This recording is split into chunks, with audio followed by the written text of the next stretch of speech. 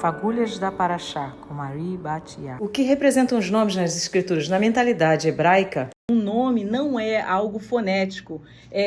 Nome, ele traz uma identidade, ele traz uma profecia, ele fala de um caráter, de uma missão. Então, os nomes na mentalidade hebraica, assim, até tem um costume dos judeus, só darem um nome aos seus filhos depois que eles já nasceram, como se fosse assim, a gente vê, Yaakov, né, Kev, porque ele seguiu, ele pegou no calcanhar, e o calcanhar é o que segue, né? Então, isso mostra como que na mente hebraica que a Bíblia nos apresenta, os nomes eram vistos, né? Então, nome é algo muito importante, porque fala realmente de caráter, de identidade e de propósito profético, né? Uma missão.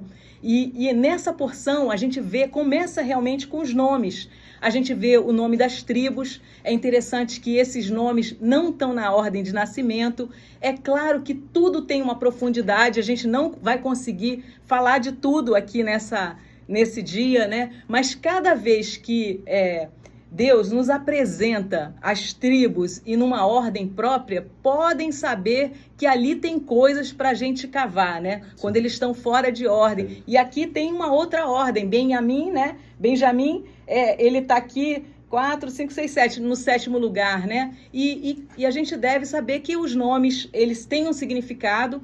Esse significado não é da mente de alguém, é um significado que a própria Escritura nos dá, é o que se chama de interpretação autêntica. Por exemplo, Ruben, Reuben, olha, um filho. E a gente tem Simeão, Shimon, Deus ouviu, Shema, né? Então, os nomes, eles têm um significado, esses significados são dados para nós aqui na Escritura. E é interessante que aqui nessa história a gente vai ver que Deus viu a aflição do povo, Deus ouviu o seu clamor. Então tem uma conexão com Ruben, né? Então, Ruben é um dos filhos de Jacó. Ruben tem um significado profético para além daquela pessoa que viveu e recebeu o nome de Ruben. Tem também. Então a gente tem as camadas que se acumulam. Nessa porção a gente vai ter o nome dos filhos de Jacó, a gente vai ter o nome de Moshe, que é explicado, a gente vai ter o nome de duas pessoas aparentemente comuns, que não seriam notáveis, né, das duas parteiras. A gente vai ver que um nome gritantemente falta, que é o nome do faraó do Êxodo, que as pessoas, os arqueólogos, viram, mas quem era o faraó do Êxodo? Era Ramsés não sei das quantas, era não sei quem, porque eles caçam isso e é omitido. Eu creio que isso tem um significado para nós espiritual. Por que o homem mais poderoso da terra, naquela época, não tem o seu nome registrado nas escrituras? E duas parteiras, que a tradição, os estudiosos dizem que são Joquebede vamos chegar lá. e Miriam, mas que eles dizem que são duas parteiras, Sifrá e Puá, são citadas, né, são lembradas, e eles não são. Então, mas para encerrar aqui, quer dizer, a gente tem o nome de Moshe, muito importante, mas mais importante do que isso, a gente tem o nome do Eterno sendo revelado. Então, esse é um ponto central nessa porção, porque nome você fala do nome, é maravilhoso. Você fala vê frequentemente os nossos irmãos mais velhos, os judeus, que não receberam, que porventura não tenham recebido o nome judaico, e também da multidão de povos que estão sendo aproximados, né, escolhendo para si, sendo compelidos, eu creio que pelo Ruach HaKodesh, pelo Espírito do Santo, a elegerem para si nomes que têm um propósito, uma missão, né? A gente tinha o palácio aqui, era Yaakov Palácio. Então a gente tem um chamado que às vezes arde, né? Isso é comum a gente ver. Um fogo que queima dentro de nós, né? E leva a termos essa identidade. Isso. Digamos assim, né? Então, há uma chama em nós que queima, como você está falando, né? Ela queima de tal forma que nos leva a nos identificarmos com determinados personagens ou nos identificarmos com um nome específico.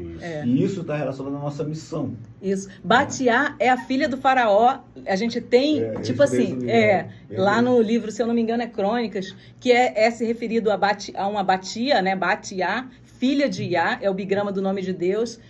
Filha de Deus, né? Portanto, e é o título dela. E, por exemplo, é um nome que Deus colocou para mim, eu uso Batiá, Maria e Batiá.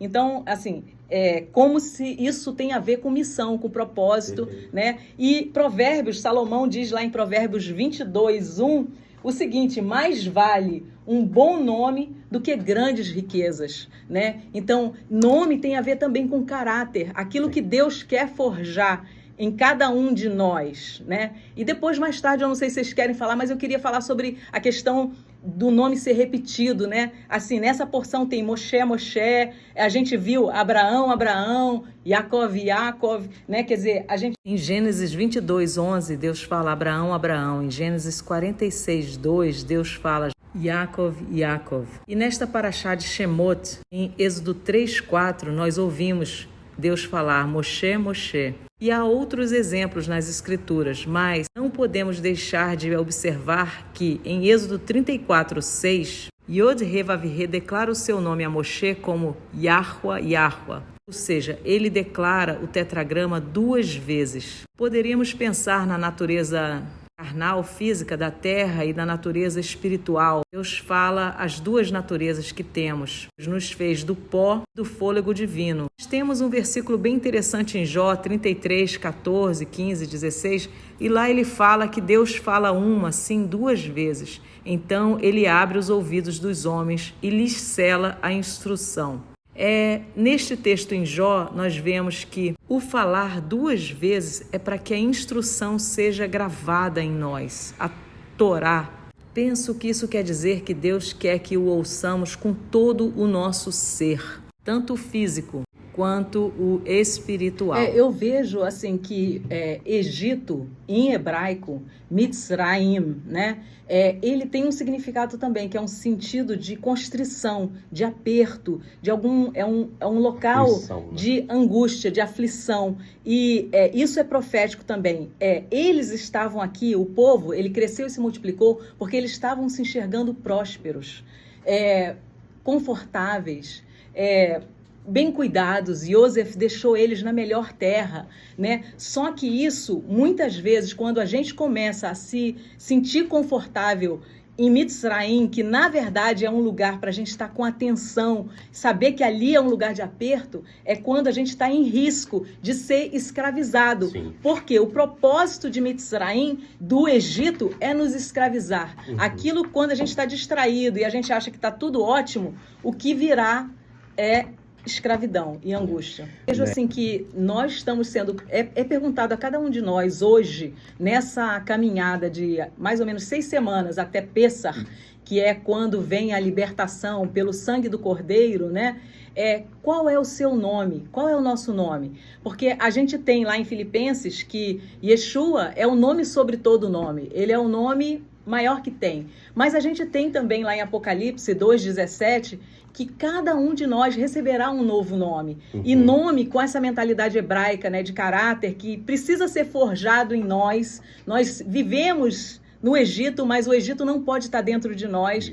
Isso foi o que Deus fez com Moisés, tirou ele de lá, né? Ele teve que ficar, digamos, deixando o Egito sair de dentro dele, né? A ponto que a gente vê sair um príncipe e ele se torna pastor de ovelhas, né? Coisa que era abominação, está escrito na porção anterior, era abominação para os egípcios, né? Então, as ovelhas eram idolatradas no Egito, né? E nós, na verdade, nos tornamos a abominação para os egípcios, na medida em que nós permitimos que um novo nome seja formado em cada um de nós. Um novo caráter. Um novo caráter. A gente entenda qual é o nosso chamado, o propósito, para que nós nascemos, e cada um nasceu para realmente viver o propósito, a missão que Deus nos dá, nos chama aqui na Torá. Né, que isso até a gente vai chegar lá, né, é um sinal que é dito, né? Deus fala para Moisés qual é o sinal. A primeira vez que ele fala, antes de dar aqueles 3 sinais, que também é bem interessante, né, o que eles representam, Deus diz, olha, eu vou te dar um sinal. E o sinal que Deus diz não é aparentemente uma coisa milagrosa pra gente. Ele diz, olha, tá lá no 3:12, né? Eu vou te fazer voltar aqui para esse monte, né? Você vai lá resgatar e você vai voltar para esse monte. Que monte é esse? Har Sinai, Har Horeb. Então, o monte da Torá, é o monte da entrega da Torá. Então, a redenção é para que o povo chegue para receber a Torá. Essa é a redenção. E isso fala de Pessah e Shavuot. Shavuot, a Torá selada nos corações. Essa é a nossa redenção, digamos assim, é o projeto que se desenha aqui para cada um de nós. A gente não pode errar. O sinal para a gente não é, alguém foi curado, ressuscitou um morto. O sinal é que Deus nos chama a, saindo do Egito, sermos redimidos pelo sangue do Cordeiro, irmos ao Monte Sinai, ter a Torá dele selada nos nossos corações, para vivermos e cumprirmos e assim refletir a imagem dele, sendo sal e luz, que é o propósito de toda a nação, todo o povo, né? Sim. Amém.